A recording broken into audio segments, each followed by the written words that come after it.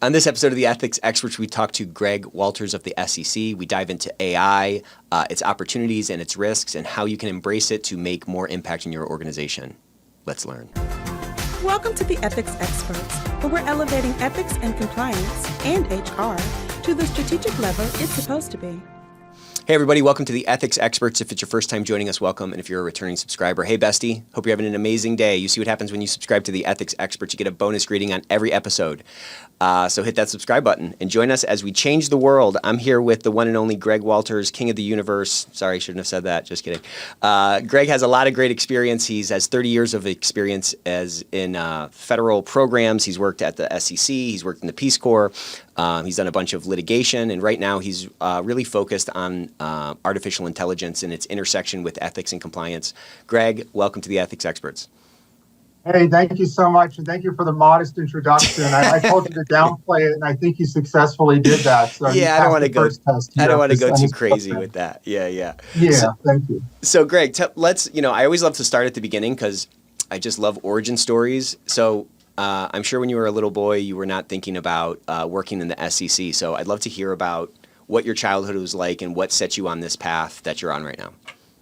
Okay, I just want to preface in my capacity as a regulatory person that my remarks are not intended to represent the policy of the Securities and Exchange Commission, especially my remarks about my childhood. Those are not official federal policy in any way, shape, or form.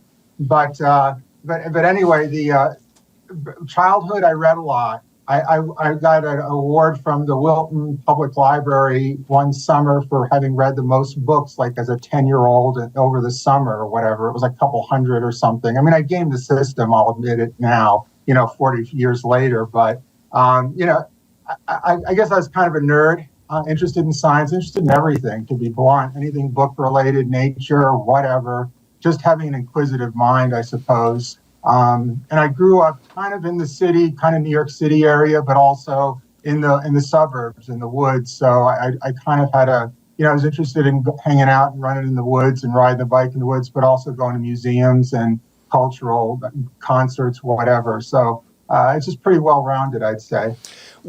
So then you kind of started getting into college and stuff like that, and you set on a path of law. What was it about law that was so attractive for you?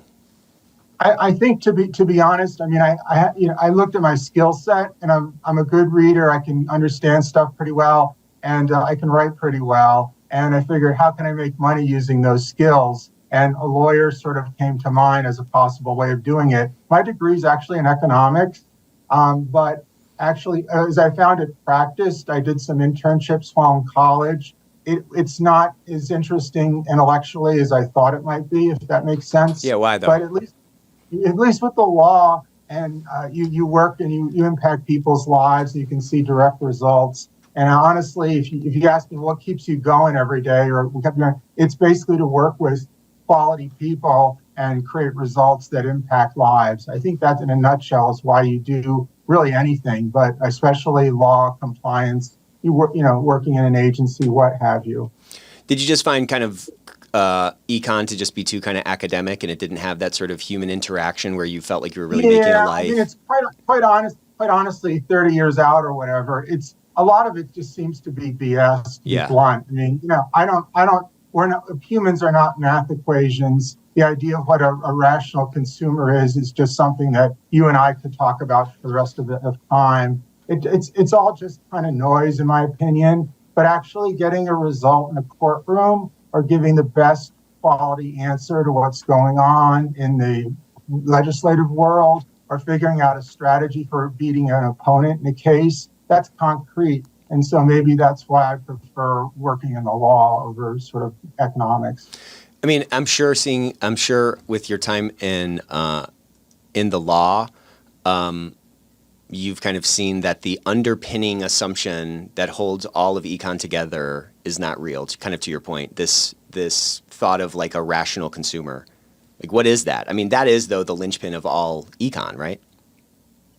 Yeah, I mean, it's also a lot of economics, especially. I went to the University of Chicago, which is a phenomenal school. It's very math-based and calculus, and that was a large part of the degree program. Right. And I just feel, I mean, maybe it's because of who I am, but I just felt trying to quantify things with math. You can make interesting arguments with it, but to me, it's all by nature, by definition, academic, because it's taking something organic, which is human, the experience in a marketplace, and trying to impose an artificial construct, which in this case is ironically math, which is by itself a construct.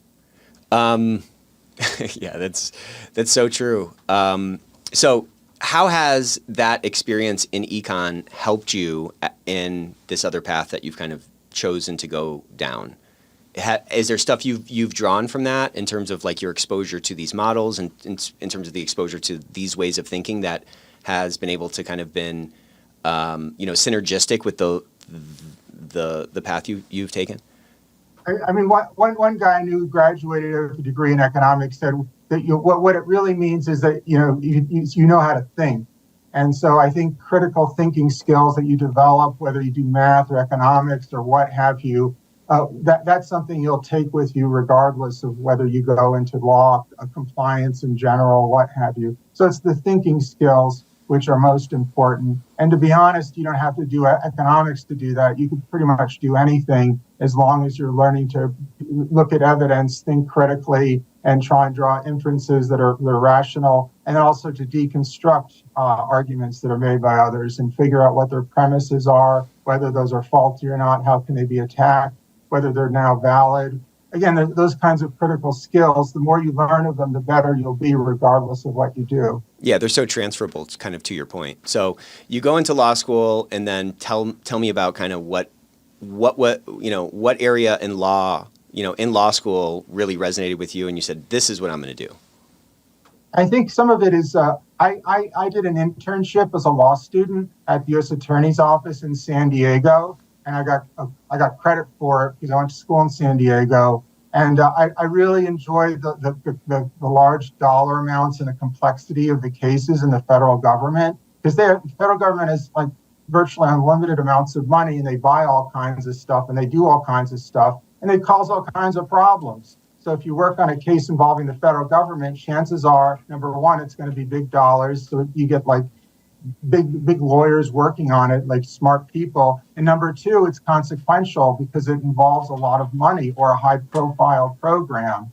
I worked on one case that had to deal with the Army, if I'm not mistaken. It had to do with an Army suing Ford for a defect in a vehicle used in military transportation. And I got to write the complaint on it while just a law student. Wow. And that was to be filed in federal district court. And I thought, wow, this is really interesting. This is, it's fun to work on these really big cases as just a little old law student and maybe just as a junior lawyer. So I think that's kind of what made me interested in federal law per se. Yeah, it's like it matters. It's like the stuff you're working on matters. We're not arguing about, we're not arguing with an HOA whether we can have this mailbox or not. You know what I mean? It's something massive. That's a critical. I can tell you HOA stories, and actually, your legal skills came into play. One of the neighbors wanted to put in expand the footprint of their house, and I happen to know that they would require. Well, they needed 2 different driveways. And there's local zoning laws as to when you put a driveway in, you have to affect the curve of the road. And you can only have certain indentations in the curve. And the fact that you would have 2 driveways in a certain number of feet would violate a particular ordinance or something like that. So you'd be surprised. Even the smallest thing becomes highly litigated and consequential. And I did all this paperwork.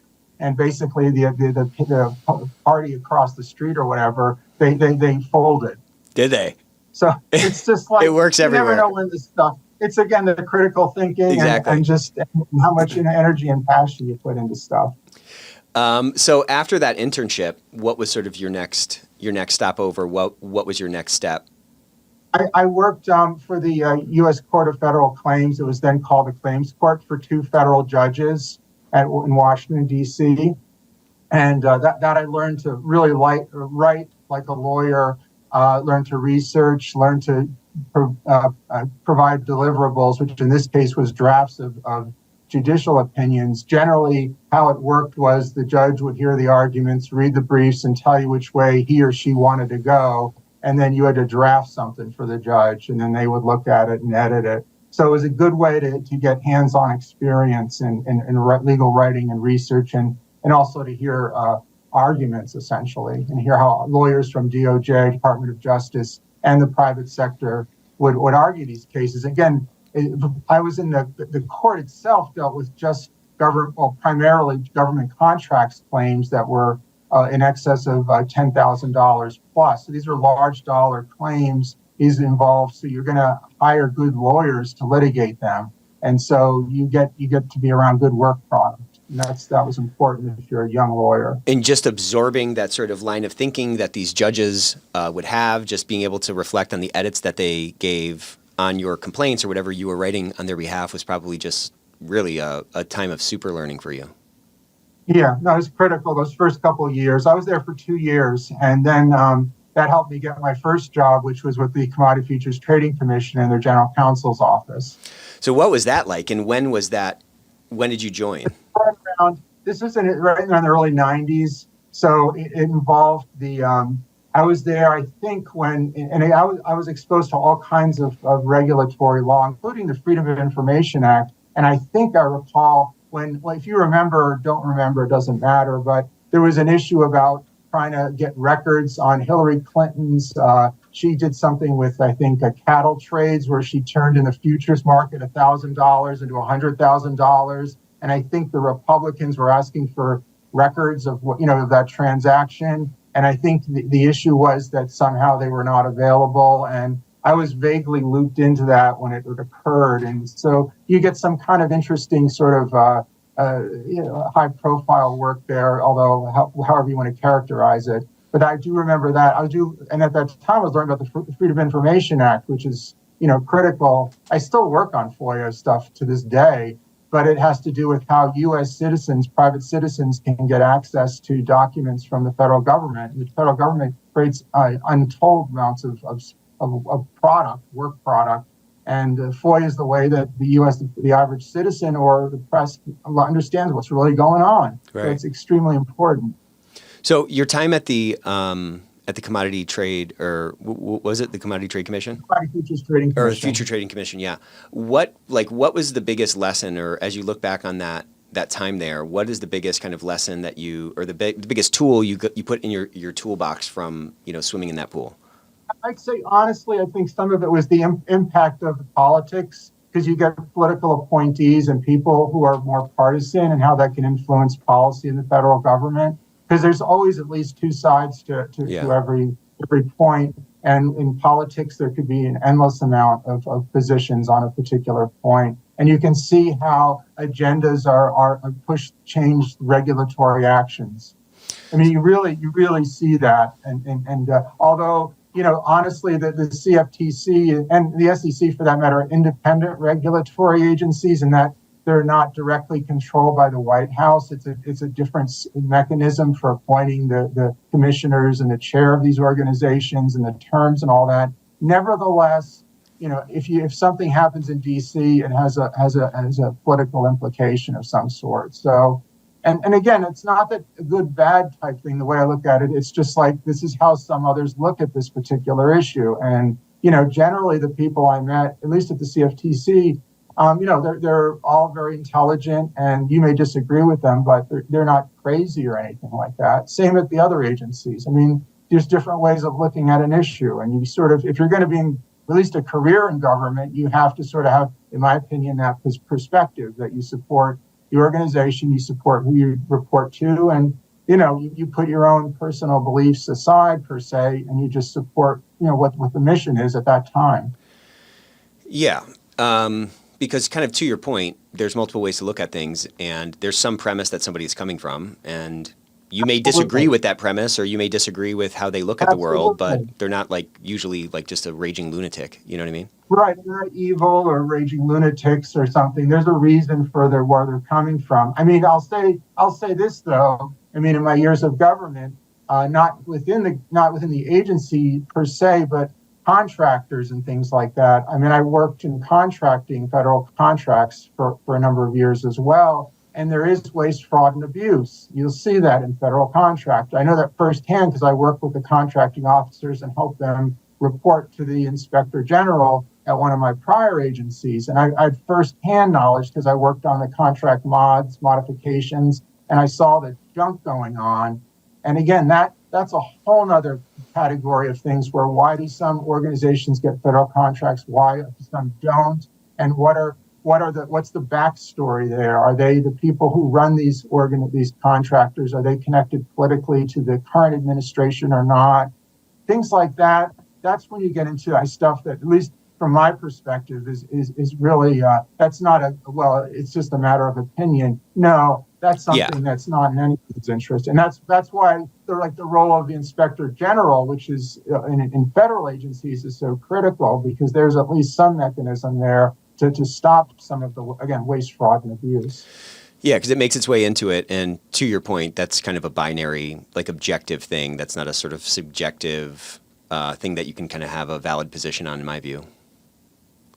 Absolutely. So, now you're kind of in the compliance game, the ethics game at some level. Talk to me about that transition from the Futures, the Futures Commission to that.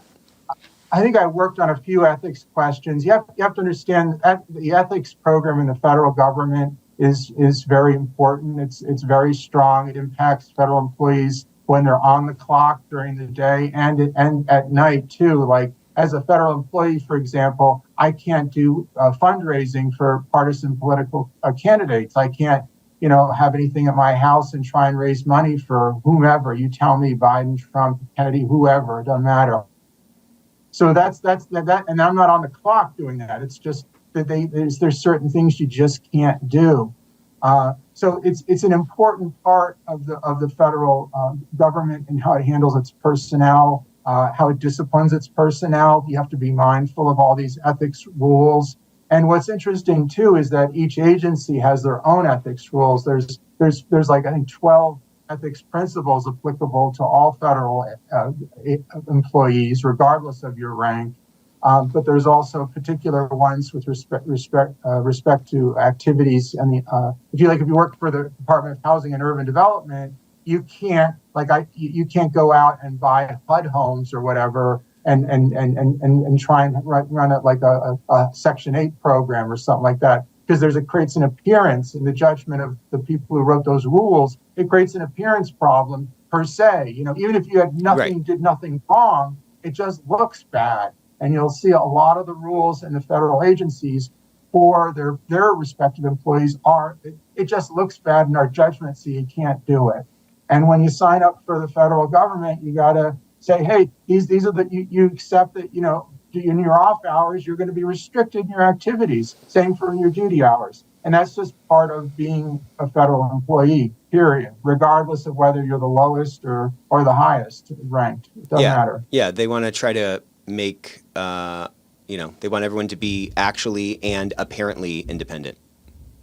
Or is not subject to any appearance of problems. The appearance of impropriety is sort of the lingo that's used. Right. You don't want any suggestion. You want the idea is that all your federal employees will make decisions only in the interest of the best interest of the government, of the public, and not in their own personal interest, not for their own or their spouse or their whatever minor children or what have you. This conversation's been pretty interesting because, you've talked about the government almost as like an organization. And I haven't really spent a lot of time thinking about, the values overlay and sort of the cultural and ethical organizational management component of managing this, hundreds of thousands of people, I'm sure. Like that's a very interesting aspect, and it's a very difficult thing to administrate at such a high level. Like how do you maintain that sort of umbrella of consistency across these 12 principles, as you said, but also allow for enough flexibility for individual departments or individual organizations to establish their own culture appropriate for the mission that they're on. Right, and then that's where it gets into, with government, it's always a bureaucracy. You have the Office of Government Ethics, which was created in response to the Watergate scandal back in the late 70s. And before then, honestly, I'm not sure what they did for ethics regulations of federal employees. I think it was a lot more probably just disobeying an order of a superior or something military type enforcement. But it got very specific after Watergate, and over the decades since, it's gotten more and more. I'll say the word particular. The rules have gotten, I'd say, more tightened. And again, the idea is that government employees should do their work and represent the interests of the government. The ethics rules, for example, they prohibit certain things, what you can and can't do when you go on travel for official business. There's limits on what you can and can't do and what you should and shouldn't do when you create an event. Like the big scandal, I think it was in 2010, was, I believe, with the GSA. They had a conference in Las Vegas, and they spent appropriated money, that's federal tax dollars in their budget, on stuff that had nothing really to do with increasing the training for management purposes or employee training. It was more like entertaining the feds, essentially, and like having like mind readers on stage and paying appropriated money for that.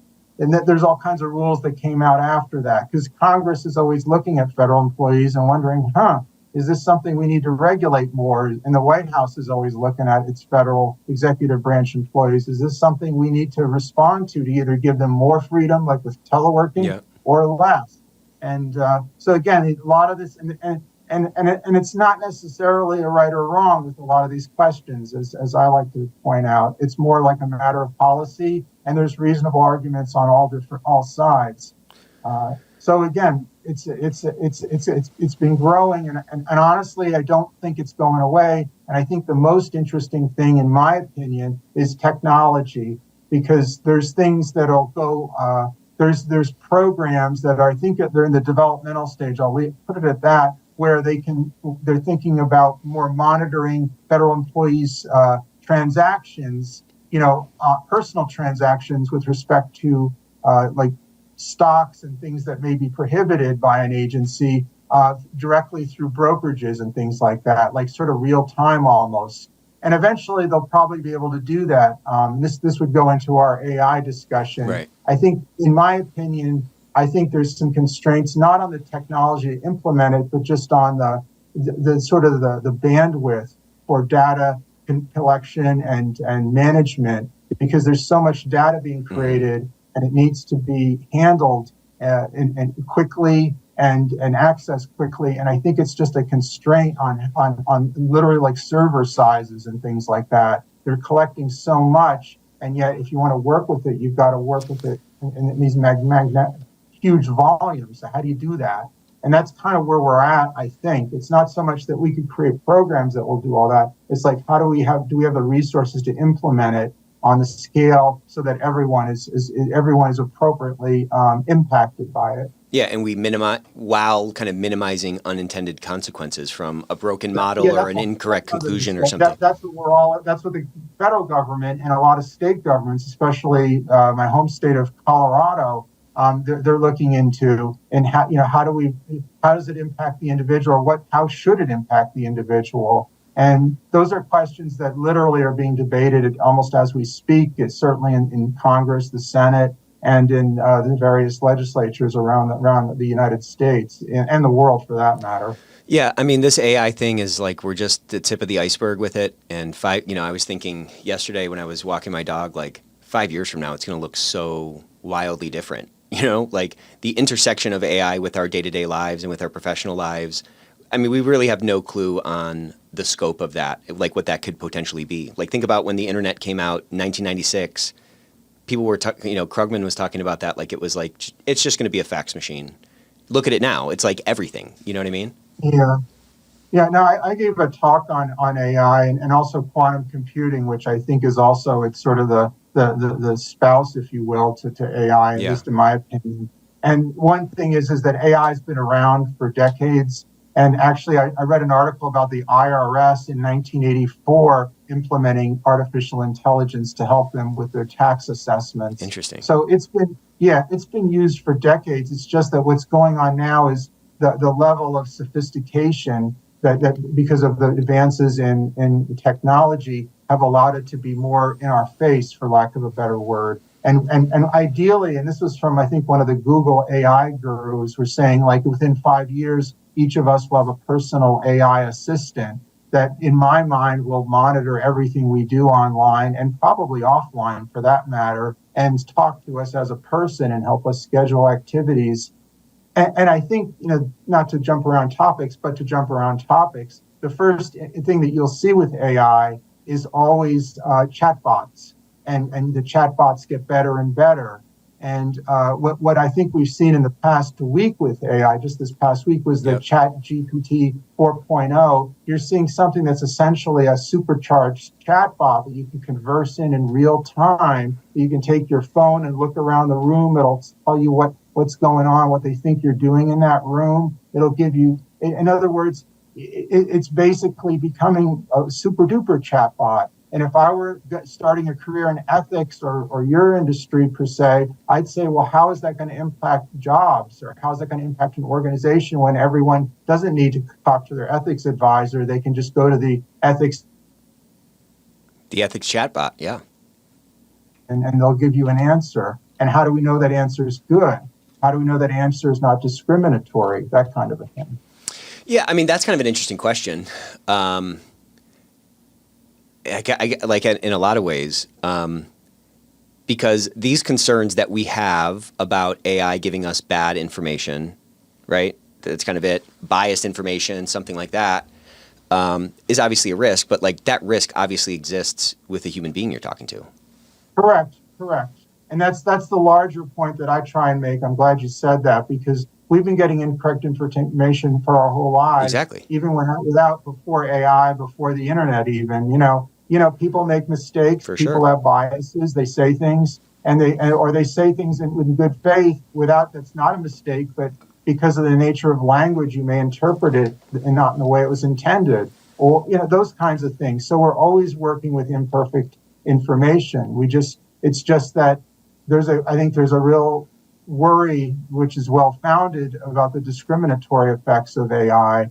And people who have studied it longer than I have, at least one person has said, look, there's no way you're going to be able to get out all the discriminatory effects of an algorithm. And my point is, which others have made, is that also AI has to be trained on a database and all that. And again, if you have a garbage database, then you're going to get a garbage AI result. And again, what is garbage? I don't know. My data, I might say this is what you need to look at to build your AI model, and you may disagree. And because my model doesn't include or includes things that you don't like or like. So again, and then who's going to certify? Is this something that your organization certifies as a good AI result and whatever it says you'll work with, or not? I mean, these are the questions that right now are being debated by the powers that be, both here in the U.S. and around the world. So but again, I think as you and I talk about it, and we still have to recognize that, like for things like financial fraud, for example, there's already tools for implementing what is fraudulent behavior. And, regardless of what AI does or doesn't do, if someone's intending to commit fraud, if they're using an AI tool or not, they're still committing fraud. And I think we need to be mindful of that as well even in the years to come, when we all have our AI assistants and all that. That's a great point. Yeah.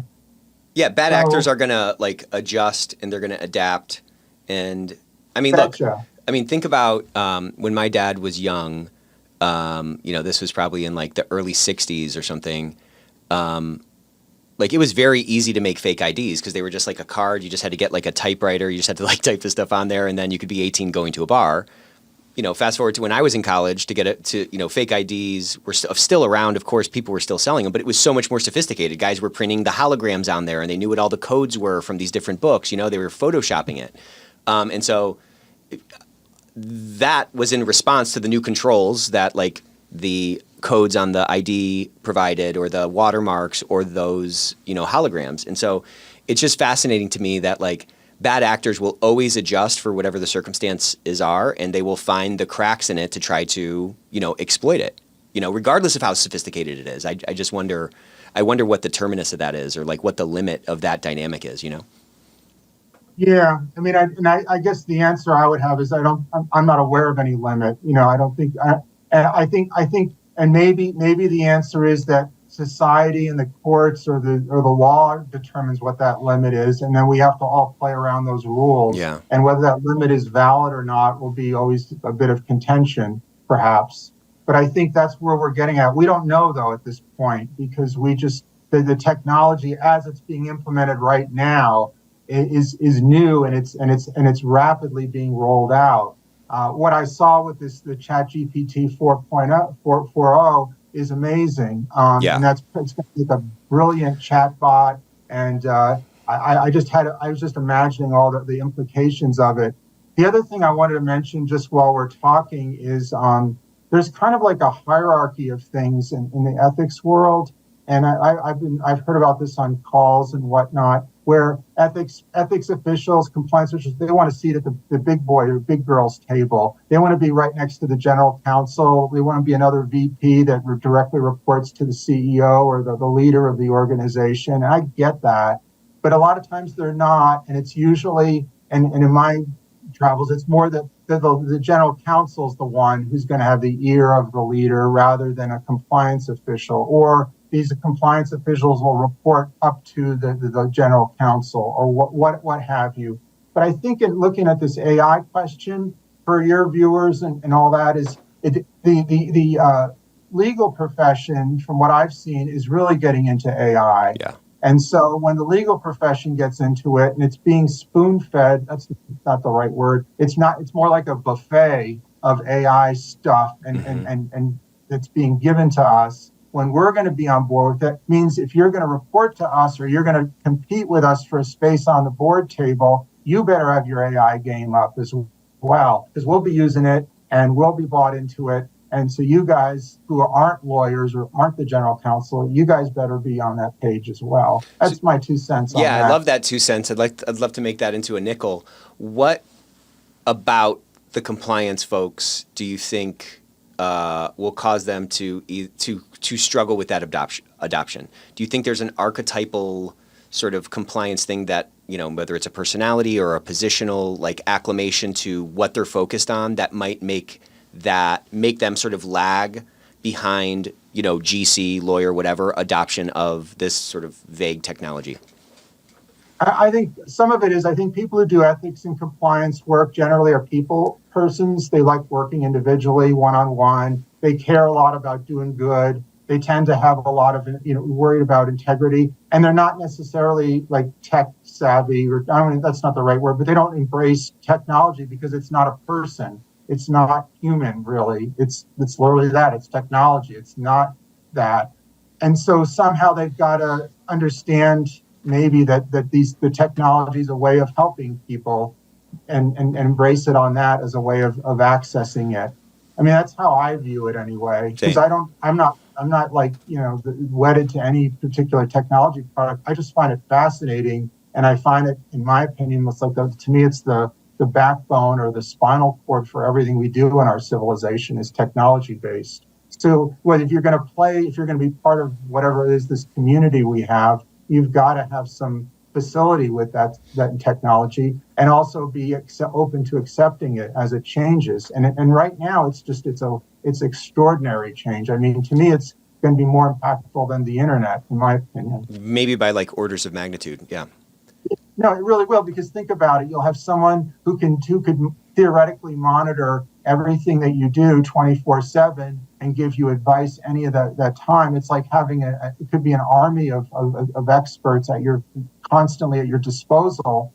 It's just mind-boggling that'll work endlessly. They won't have to worry about employee grievances. You won't have to worry about union agreements. You won't have to worry about layoffs. Issues at their families. It's going to change a lot, and there's no. I think the government's certainly trying to get its hands around that. I think every entity is as well. But it's there. We could have it right now, I think, but for bandwidth issues, we just don't have the computer capacity to process that much. Back to your kind of quantum marriage, the quantum computing marriage, the necessity of that to really unleash this other piece. In my mind, that's kind of how it works. Quantum computing, the issue there is what everyone should know, because they probably don't pay attention to it as much, is that quantum computing means applying quantum physics principles to computing, as in quantum mechanics principles. And so that allows for unlocking of what we think are formerly encrypted stuff. Like if I went and stole all your stuff right now, like I got a thumb drive of all your personal information, and he'd say, well, I don't care, Greg, because it's all encrypted and I've got state-of-the-art encryption.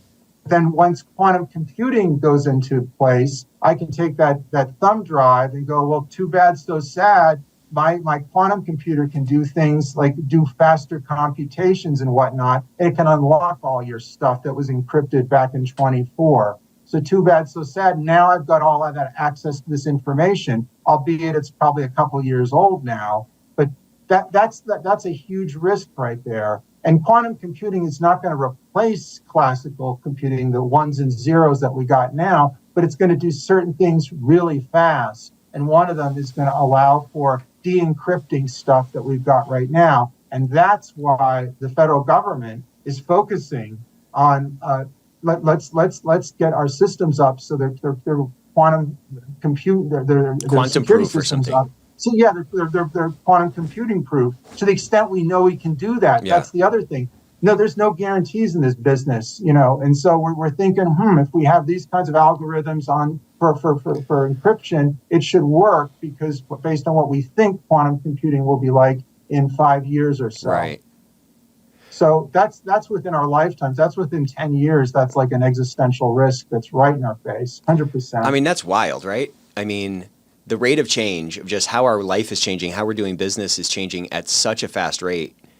There's the famous thing of regulation can't keep up with technology at the government level, right? Like people say that all the time.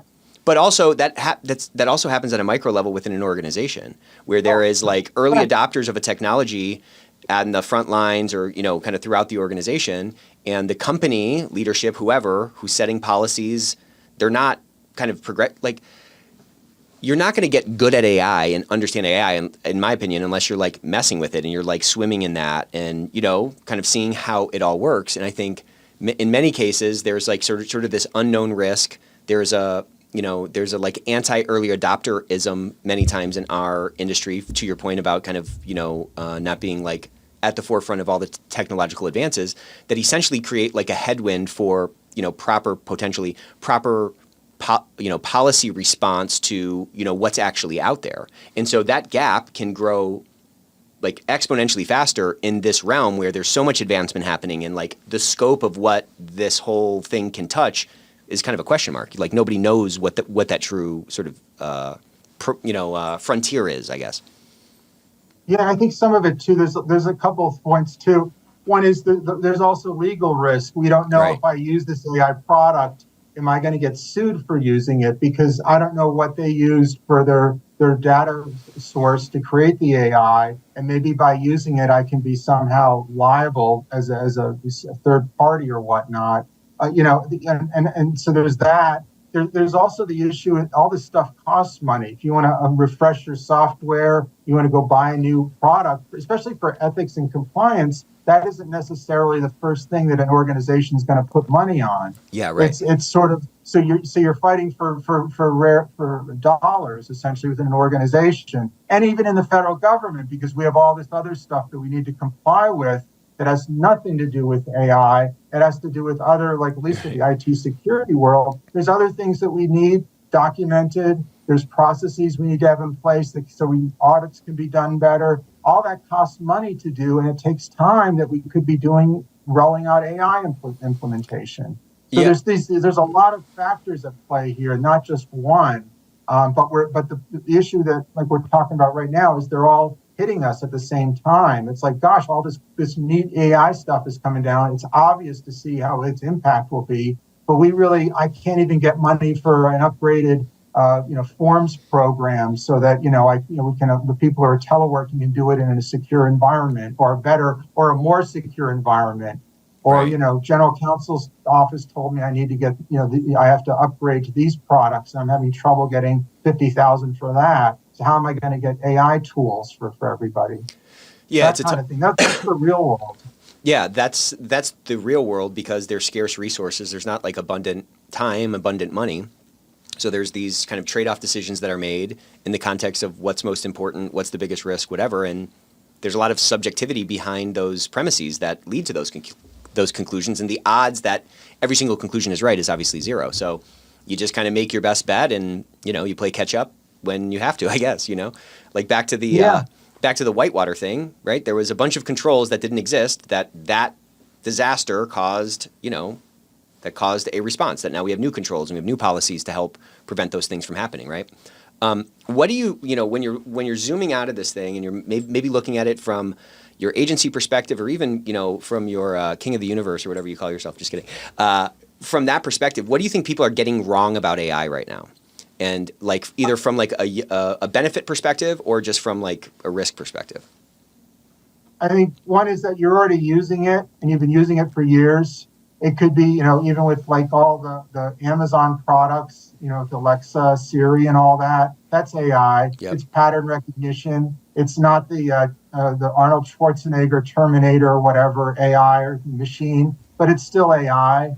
So you've been living with it, folks. It's nothing new. And then the other thing is that it's baked in the cake.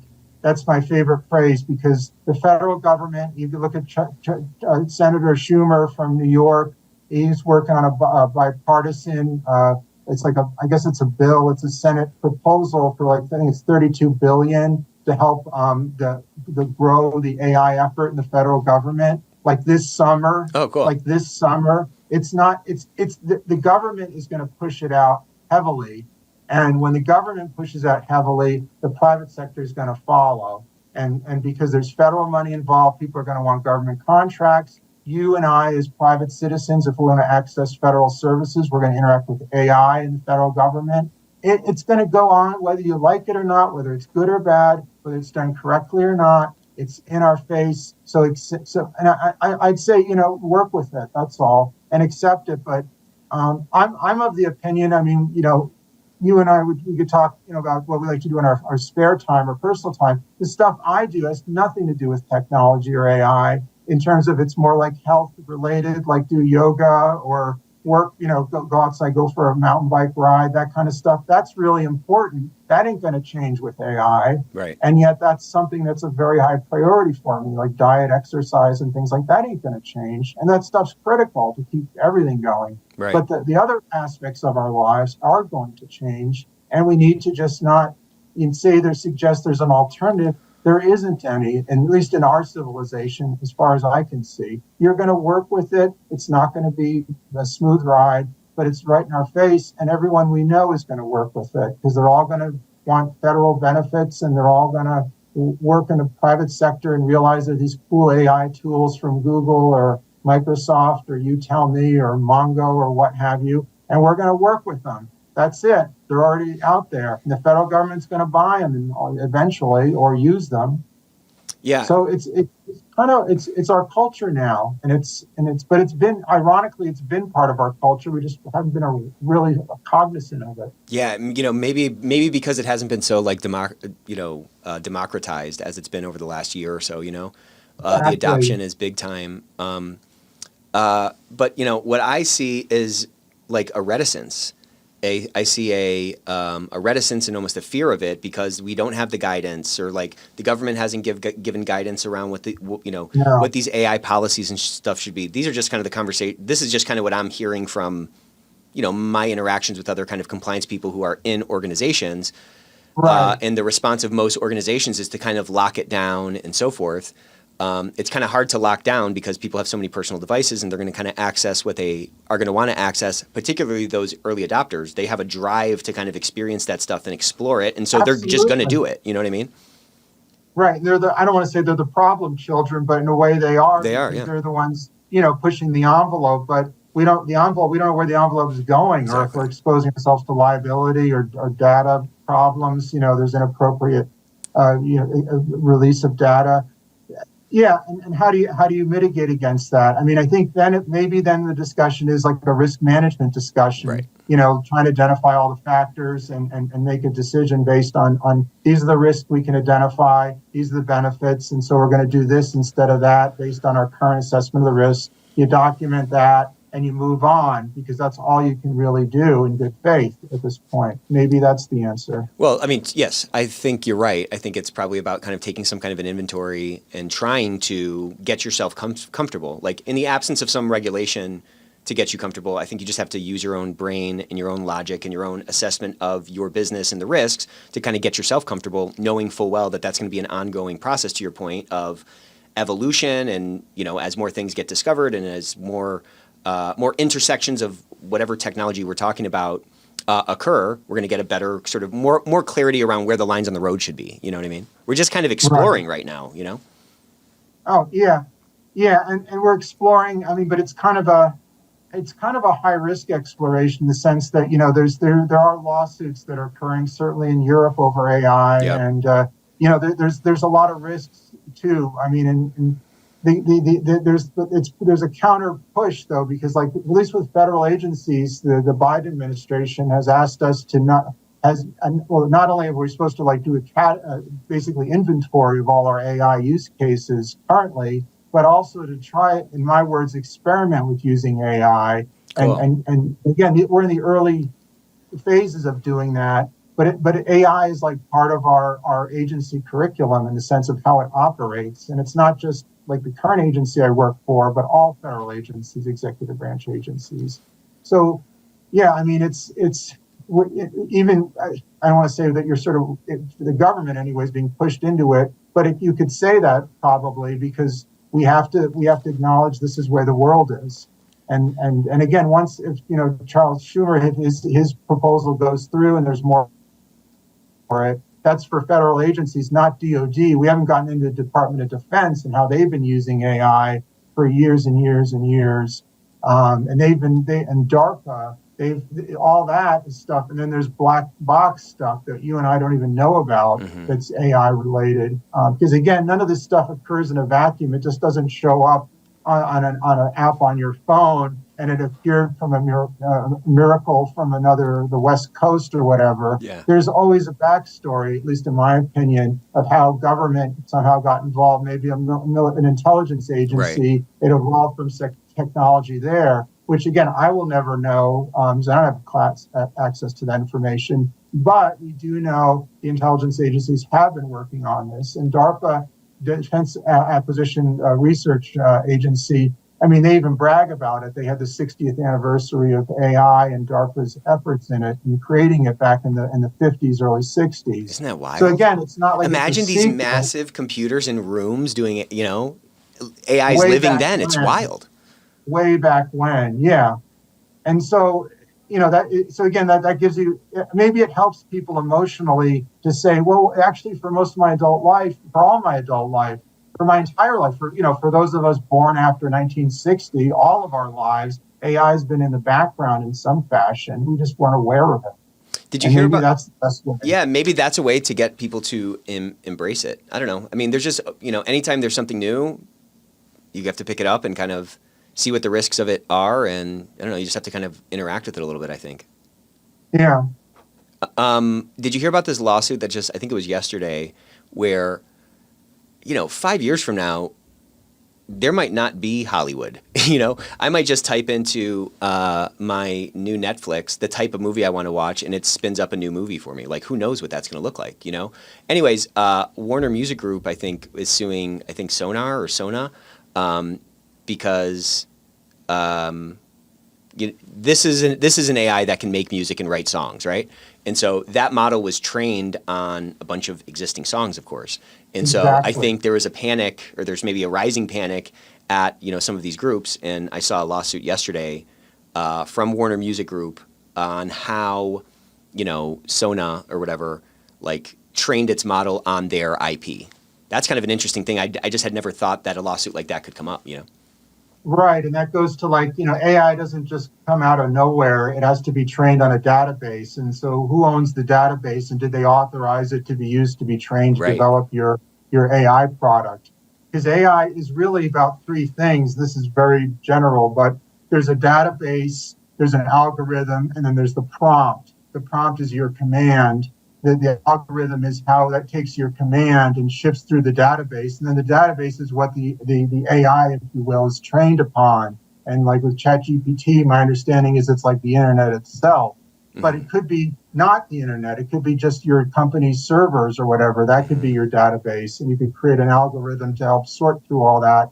And then a prompt, which could be like a chat bot or whatever, to your voice recognition, that would have its own intelligence, if you will, artificial albeit, to go through that data and provide the answer. I mean, I've seen them where they'll have like something like an HR chat bot. You could ask it a question about like, what are the leave policies when my spouse is pregnant, and it'll say, "Oh, I understand that question. Here's the policies," and it'll highlight them from the employee manual. I mean, that's real basic, but that's already out there, and that's an example of AI being implemented with a chat bot within not the internet as a database, but just an internal company policy as a database. And there's so much opportunity there, and I don't know, it's kind of an exciting time to be alive, you know? Oh yeah, I mean, it's fascinating. I mean, it's like you're living in a science fiction novel if you really think about it. We really are. So let's. I always love to end these with this question: if you could go back in time and find a young Greg, what's a piece of advice you wish you had, earlier in your life, earlier in your career? Other than invest heavily in tech stocks, I mean, none of us saw this. I mean, I certainly was involved with the internet. When it first started, my brother's he's like a computer science genius, essentially. And he was working on bulletin board systems back in the 80s, before the internet, before there was America Online and all that. And he was like writing programs, and I helped him a little bit with some of the company he was trying to put together. But I'd say other than invest in tech stocks, I'd say, the future is far more interesting than you could imagine. I'd say, just be optimistic. Optimism is probably the best word. And so probably for all of us right now is to be optimistic, is that, it may seem challenging, but the human intelligence and spirit sort of overcomes things that appear to be problems right now, that there's enough of us out there, and we're enough of us that are creative and fearless enough to move things forward. I guess that's what I would tell that person. I love that. I love that advice. I mean, there's upside in all of this stuff. Of course, there's risk with anything new. Of course, there's downside for sure. But kind of the downside takes care of itself. Like, that's what everyone's thinking about, Let's focus on kind of this upside potential. I think that's a lot more freeing and a lot more exciting and a lot more impactful, Yeah, and again, it's just like, everyone's worried about AI will take their jobs, or AI will make personal world than it already is, which, you and I aren't in the same room talking, but by the same token, if we had to travel, we probably couldn't have this kind of a call anyway. It would just be over the phone or telegraph or whatever, you tell me, or carrier pigeon or whatever, but wouldn't have the same effect. Right. Unless you were a carrier pigeon, then it would probably have more of an effect. Unless I was the pigeon, right? Well, I really enjoyed this conversation, Greg. Really appreciate you joining us on the Ethics Experts, and we will see everybody again soon. Take care. All right. Thanks so much. Take care.